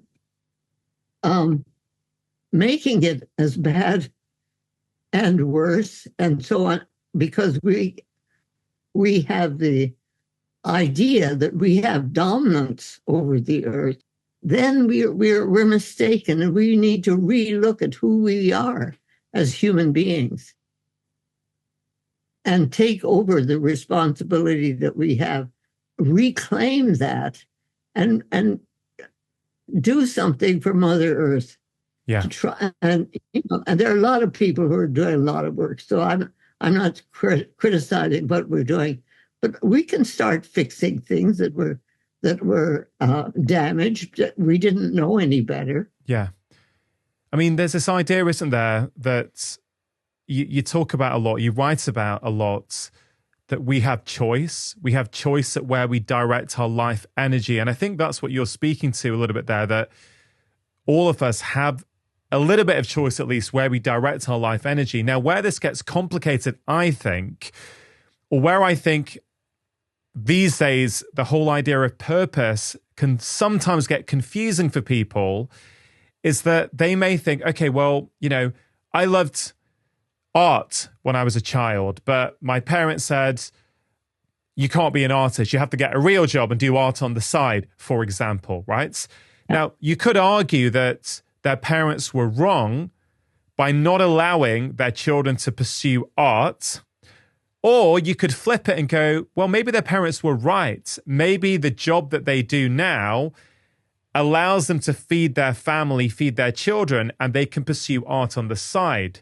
So my broader thought, and I've been thinking about this all day in preparation for this conversation with you, Gladys, is I've been thinking about purpose. And you say in your book, we're all here for a reason. But is it that we need to find things to do that are aligned with our purpose?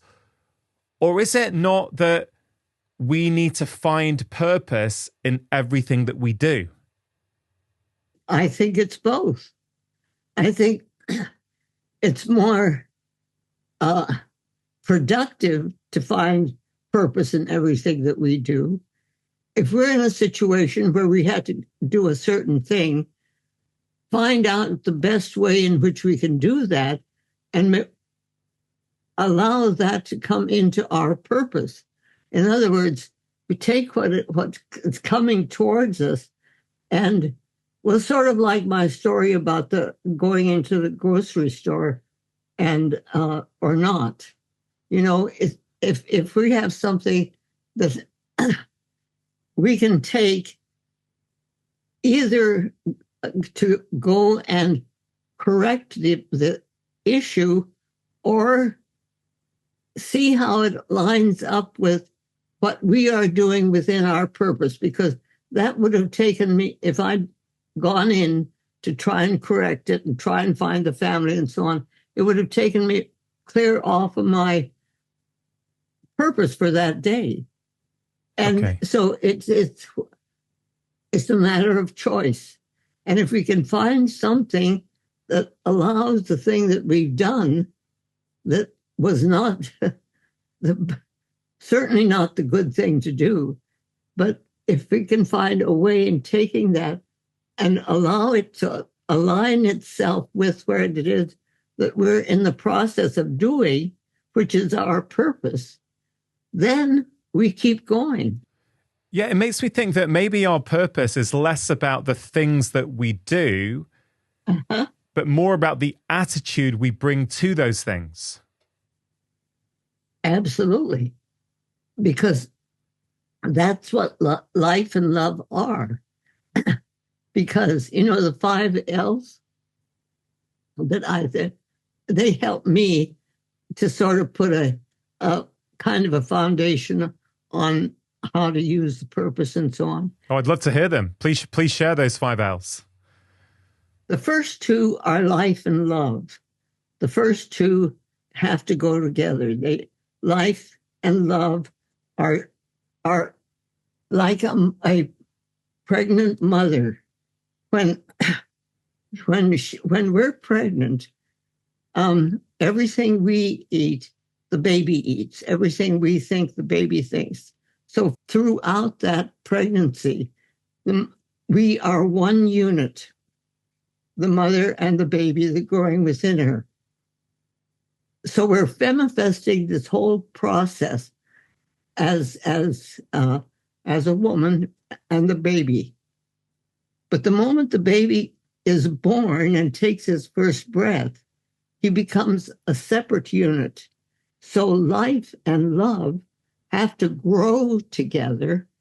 And then the part that is the one that needs to step forward, which is life. Life needs to grow. It steps forward and becomes the new entity. But the starting part of them is together. So life and love have to be one unit that grows into its own. The third one is laughter. Laughter without love is cruel. It breaks up family. It's cold. It causes wars. It's terrible. But laughter with love is joy and happiness. The fourth one is labor. I've got to go to work. This is too hard. Too many diapers and all of that. And we just drag ourselves through it. But labor with love is bliss. It's why you're doing what you're doing. It's why I'm doing what I'm doing. It's what makes our hearts sing. Mm-hmm. It lifts us up. It's just really important to us. Labor with love. And the fifth one is listening. Listening without love is empty sound. But listening with love is understanding. And for me, these 5 L's have helped to direct and allow me to make choices and so on in ways that have been productive and life, so that I can live through my process, not just try to get over it. Yeah, thank you for sharing those 5 L's: life, love, laughter, labor, and listening. Yes. Yeah, really, really great little short ditty for us to think about. The third one was laughter. And it struck me right at the start of this conversation, Gladys, as you were telling stories about your children and your grandchildren. You were laughing a lot. There was a really cheeky sense of humor as you were telling these stories, particularly the one of you in the parking lot with that 88-year-old gentleman who you called at 99 an elderly man, which I found really, really fascinating. But it reminds me of a conversation I had with Bronnie Ware. I'm not sure if you're familiar with Bronnie. She wrote a book called The 5 Regrets of the Dying. She was a palliative care nurse, and she documented what were the common regrets of people on their deathbeds. And when I spoke to her on this podcast, we had the most gorgeous conversation, Gladys. I asked her, did everyone have regrets? And if not, what were the qualities that you saw in people who were on their deathbed with no regrets? Now, she identified 3 qualities. One of them was laughter. She said the ones who didn't have any regrets had a strong sense of humor. You appear to be someone, to me at least, who has a strong sense of humor. How important do you think that laughter, that cheeky sense of humor is for you to live to the ripe old age of 103? It's what my mother taught me, the story about jumping over the pond and getting people to laugh with you and not at you. At my young age, that was pivotal. Wow. And it's gone with me all through my life, because it did with my mother and it did with my brothers. It was her example of living her life. My mother was an osteopath. She got her osteopathic license in 1913. Women didn't do such things, but she was an osteopath. But she went to India on my dad's passport. She was not considered actually a person. She was part of his luggage. So she did what she did. She didn't take offense at that, because there wasn't any sense in taking offense. You do what you have to do. It's sort of like when I got an opportunity to have an internship in Deaconess Hospital in Cincinnati. But when I got there wasn't any place for me in the hospital. They'd never had a woman doctor before. There was no place for me to sleep. The guys all had a room and a bathroom and all, but there wasn't anything. But I got an X-ray table and a pillow and a blanket, and I used it, because for me, I wasn't going to complain about this, because at least I'd gotten in the door. Mm. So you take what you can take and use it for what you can use it for, and then you go on with the process of life, which is life living the way you need to live it. So, but my mother was my teacher on that. She was just, she could, like, for instance, the 3 days before she died, when she was 89, she fell and broke her leg and so on.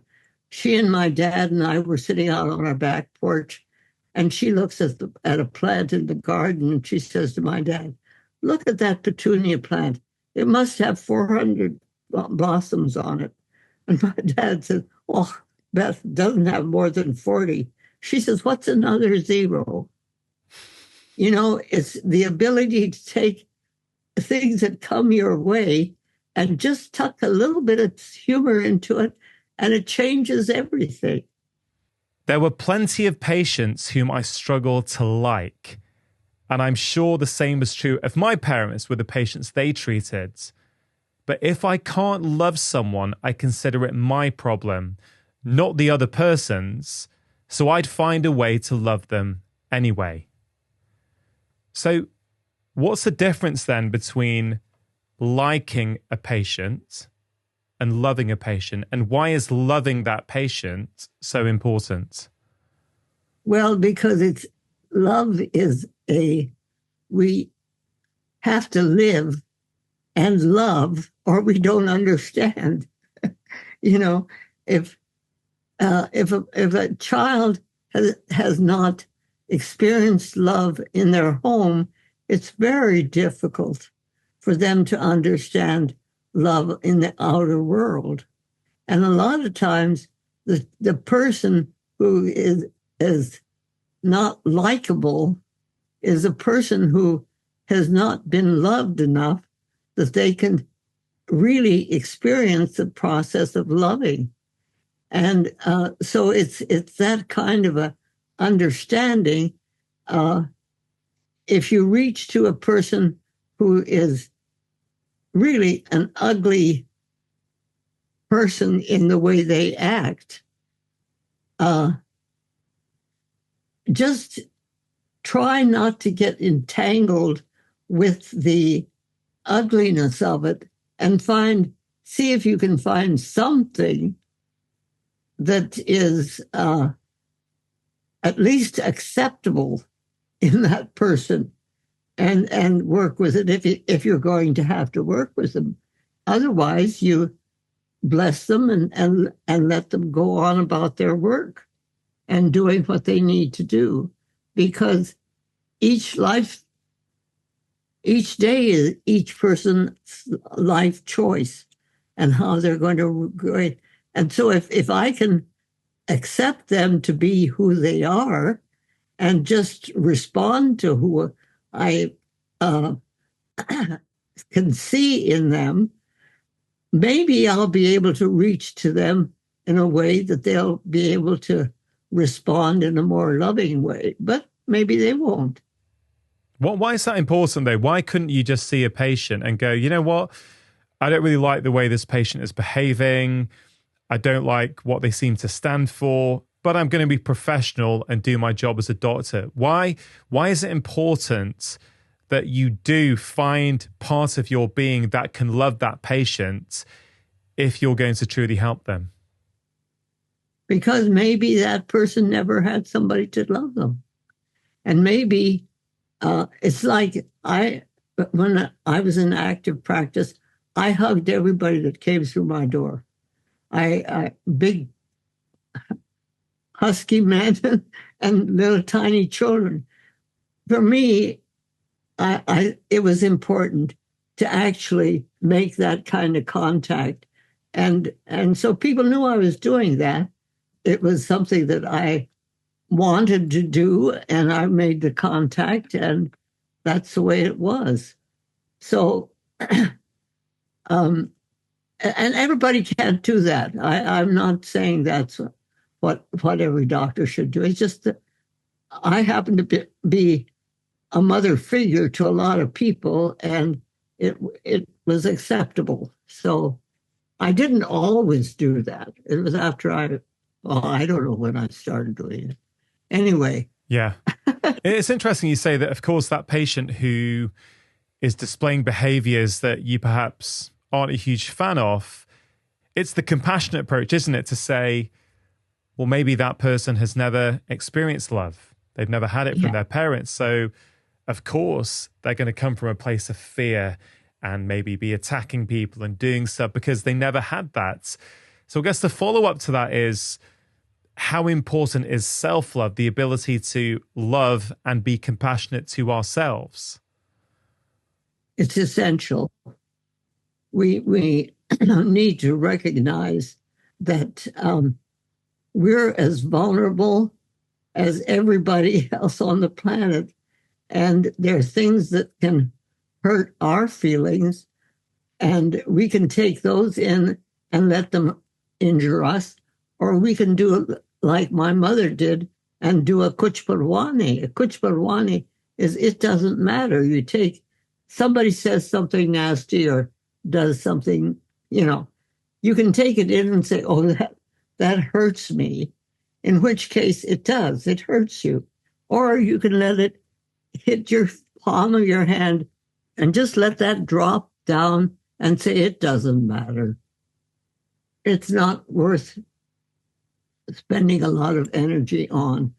In that way, when somebody says something nice about you or to you or for you, you can take it in. Mm-hmm.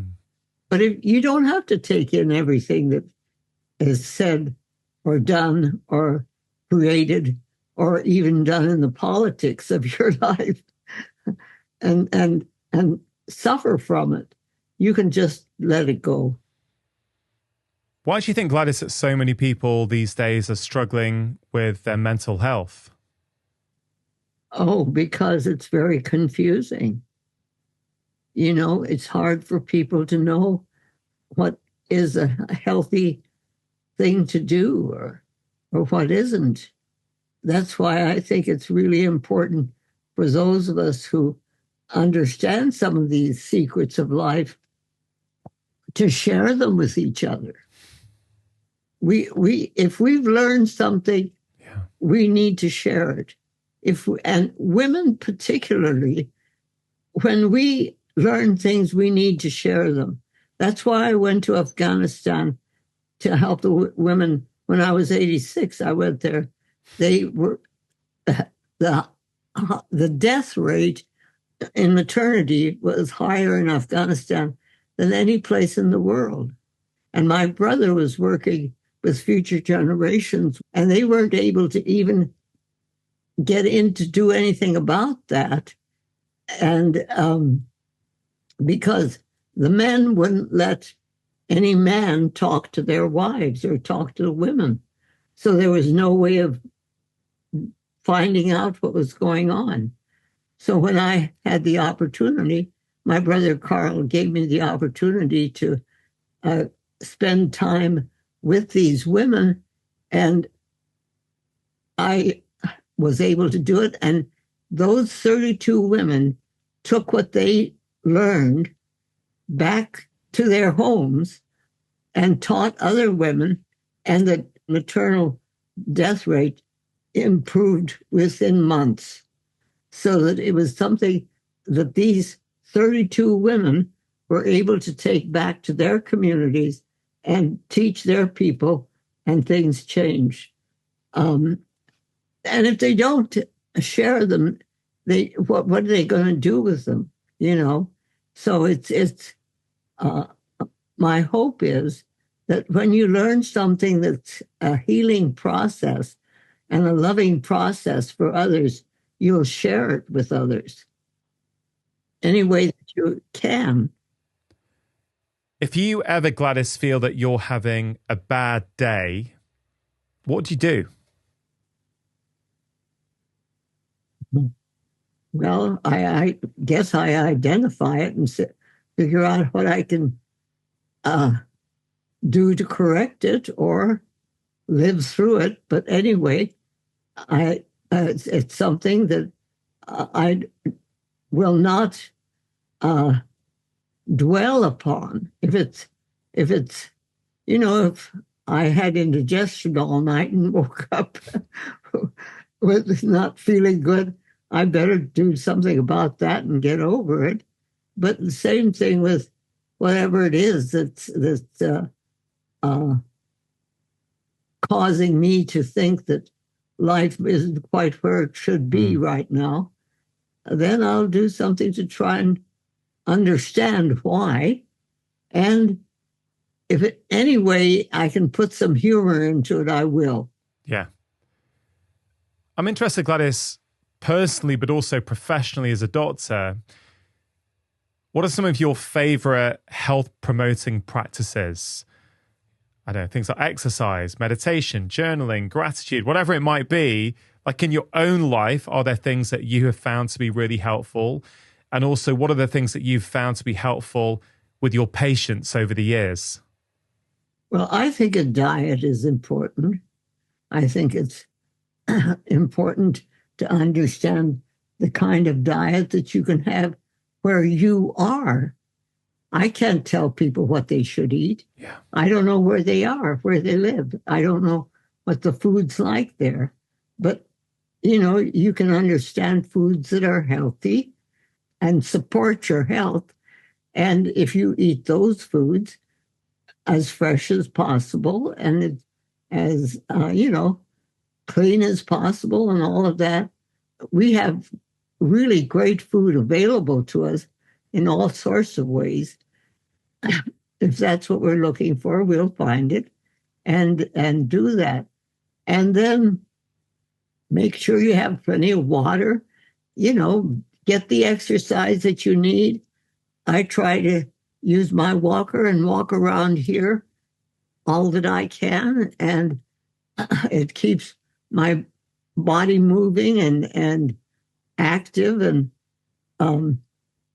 I also knit because I have hands that have to keep working. And so I knit little washcloths that I give away. And, it's find something that you can do. I mean, who wants a washcloth? That's a stupid thing, except they're kind of pretty and people like them. And so I keep on doing them. And you find something that you can do, that you can continue to do, and that people can reach for. Yeah. I try to get 8 hours of sleep at night, and I breathe fresh air, and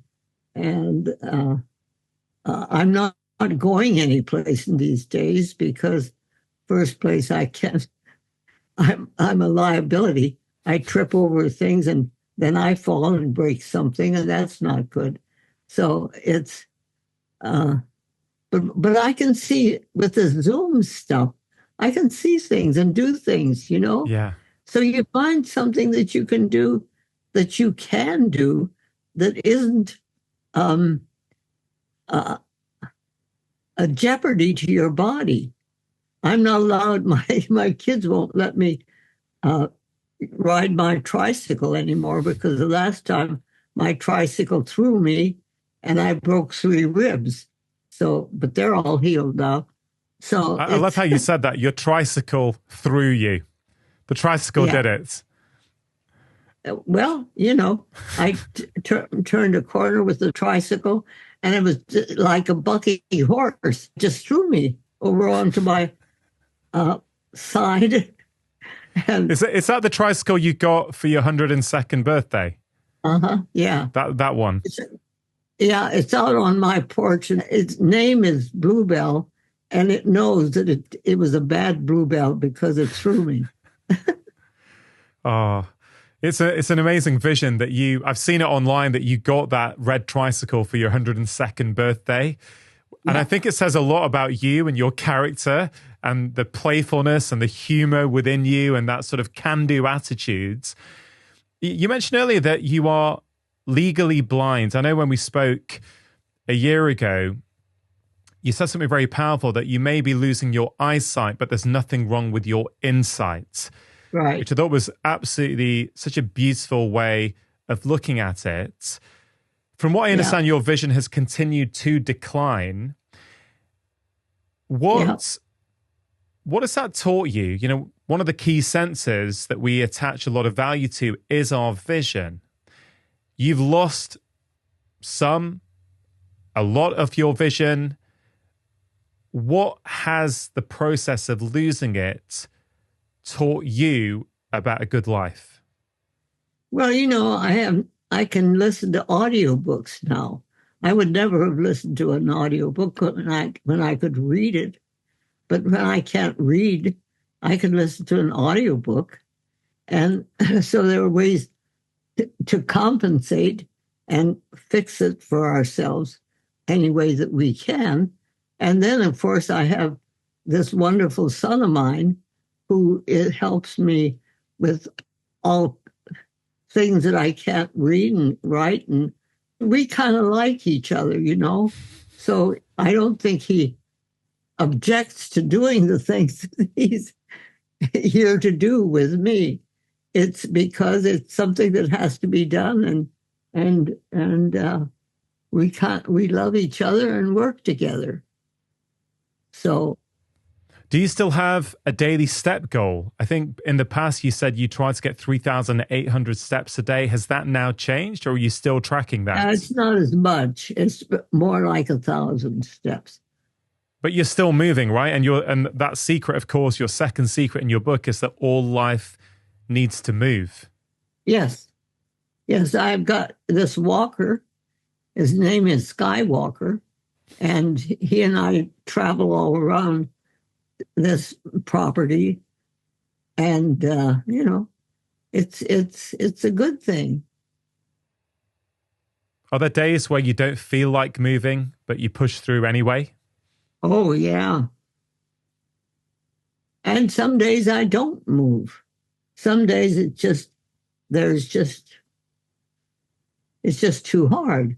So I finally